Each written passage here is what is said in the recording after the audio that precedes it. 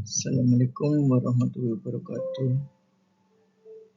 Perkenalkan, nama saya Muhammad Agus Rosiki, nomor NIM 24090091. Saya dari Prodi Teknik Informatika kelas 1C.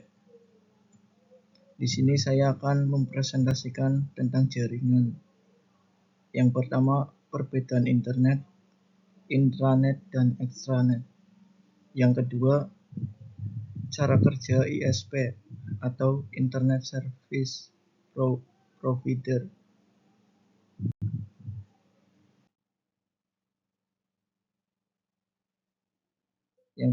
Yang pertama, perbedaan internet, intranet, dan extranet. Intranet dan extranet merupakan jaringan komputer yang memungkinkan komunikasi dan berbagai informasi. Meskipun memiliki kesamaan dalam infrastruktur jaringan, ketiganya memiliki perbedaan yang signifikan dalam cakupan, tujuan, dan tingkat aksesibilitas. Selanjutnya, definisi internet, intranet, dan extranet. Yang pertama, internet. Jaringan global yang menghubungkan komputer dan perangkat di seluruh dunia, memungkinkan akses ke informasi dan komunikasi publik. Yang kedua, intranet. Intranet, jaringan internal yang digunakan oleh organisasi untuk berbagai informasi dan sumber daya hanya antara karyawan atau anggota. Yang ketiga, extranet. Jaringan yang memperluas internet ke mitra bisnis, pemasok, pelanggan, memungkinkan akses terbatas ke informasi dan aplikasi. Berikutnya penggunaan internet, intranet, dan extranet. Yang pertama, internet. Internet digunakan untuk berbagai keperluan seperti mengakses informasi, berkomunikasi, berbelanja online, dan hiburan. Contohnya, membaca berita, mengirim email, membeli produk online, dan menonton video streaming. Yang kedua, intranet.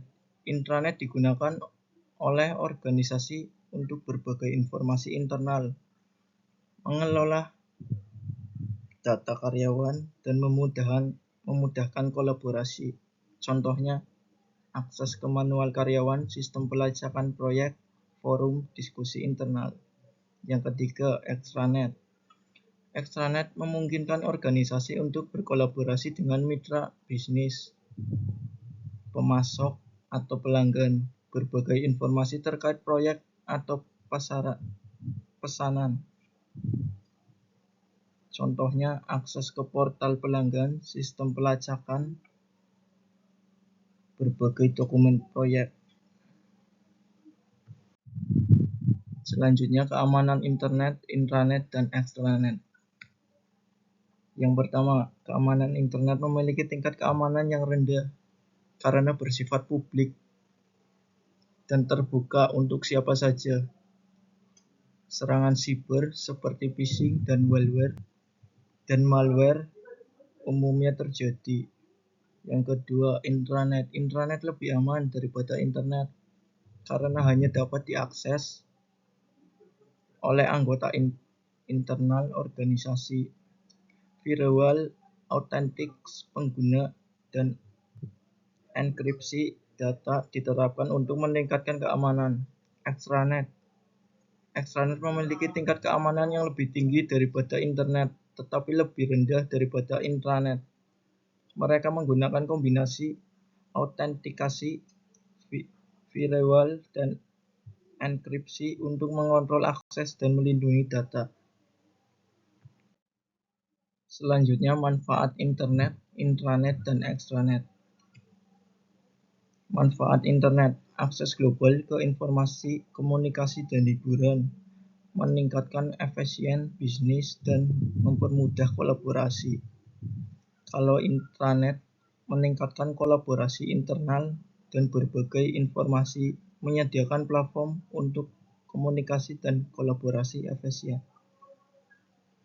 Yang ketiga, extranet, memperkuat hubungan bisnis dan mempermudah kolaborasi, meningkatkan komunikasi dan efisien dalam rantai pasokan.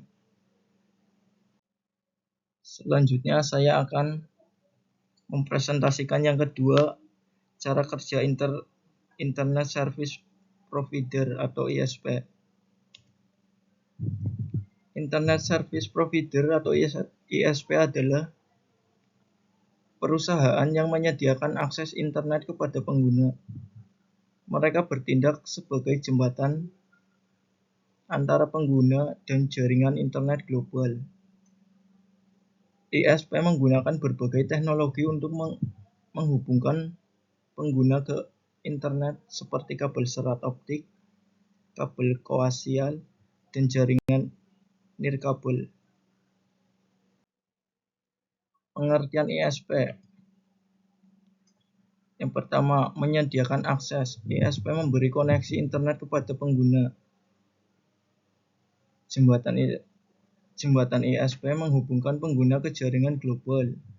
Layanan ISP menawarkan berbagai paket dan layanan internet. Komponen utama ISP.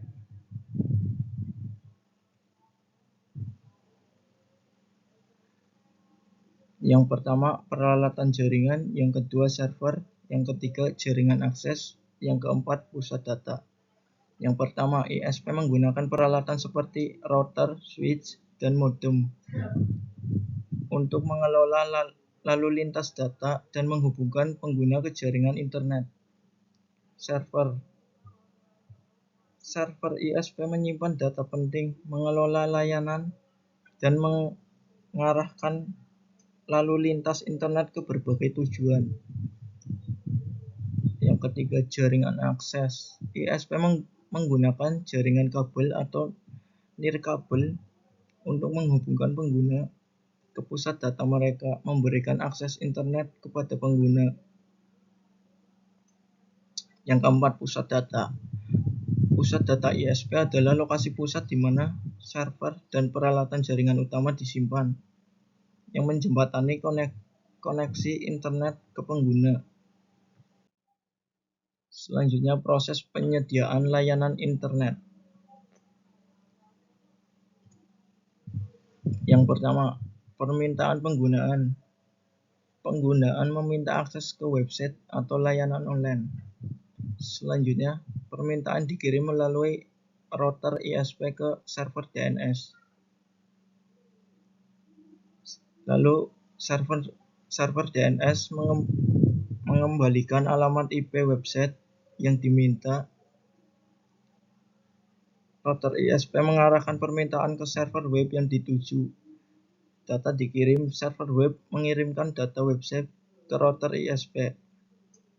Terus data diterima, router ISP mengirimkan data website ke perangkat pengguna. Peran teknologi dalam pengembangan ISP. Yang pertama, teknologi awal. ISP awal menggunakan teknologi dial-up dan jaringan kabel di atas, yang menawarkan kecepatan rendah dan jangkauan terbatas. Yang kedua, serat optik. Pengenalan serat optik membawa peningkatan kecepatan dan kapasitas data yang signifikan, membuka jalan bagi layanan internet berkecepatan tinggi. Yang ketiga, nirkabel. Teknologi nirkabel seperti Wi-Fi dan 4G atau 5G telah memperluas jangkauan ISP dan menyediakan koneksi internet yang mudah diakses. Keempat, kecerdasan buatan AI. AI digunakan untuk mengoptimalkan jaringan, mendeteksi masalah, dan meningkatkan keamanan dalam layanan ISP.